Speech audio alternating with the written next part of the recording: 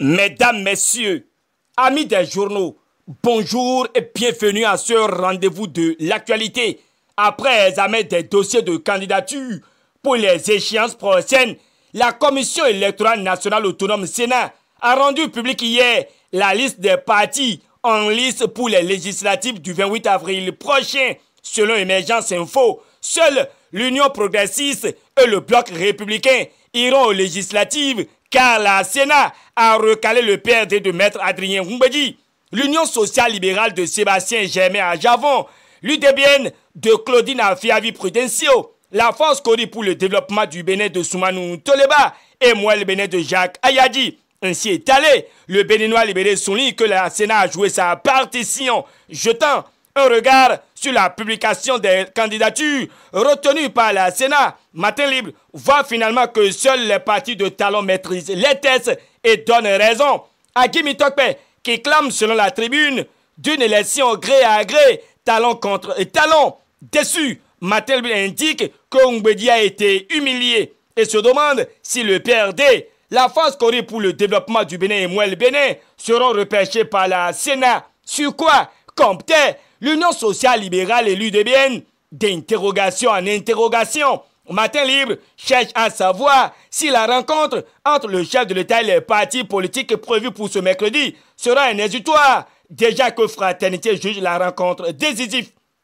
Toujours concernant le choix des deux seuls blocs de la mouvance pour les législatives de 2019, la dépêche signale qu'après 29 ans de démocratie, c'est le retour au parti unique. Une honte, selon le Nouvel Observateur, qui demande pour sa part si le parti unique est encore de retour au Bénin. Sans répondre, Dynamisme Info s'exclame et rapporte qu'il vaut mieux en rire. Mais le dialogue politique s'impose à Patrice Talon au sujet des législatives, écrit une nouvelle mutation qui souhaiterait que l'opposition boycotte la rencontre de ce jour. Tout le monde chez Patrice Talon, s'exclame le Progrès qui relève que la communauté économique des États de l'Afrique de l'Ouest calme le jeu et les organisations de la société civile invitent la Cour à prendre ses responsabilités, vues comme la seule issue selon Dynamisme Info. C'est avec la réaction de Jacques Ayadi, accompagnée de celle du PRD et de l'Union sociale libérale,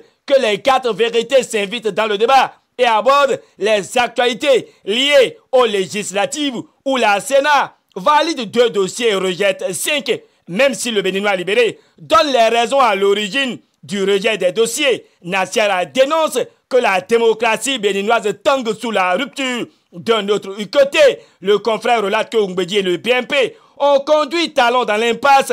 Loin de la politique politicienne, la nation clarifie que Patrice Talon rassure de la crédibilité du scrutin et dissipe les inquiétudes du code diplomatique et consulaire. Talon mesure-t-il l'ampleur du danger qui vient, se demande Dabarou dans sa parution du jour.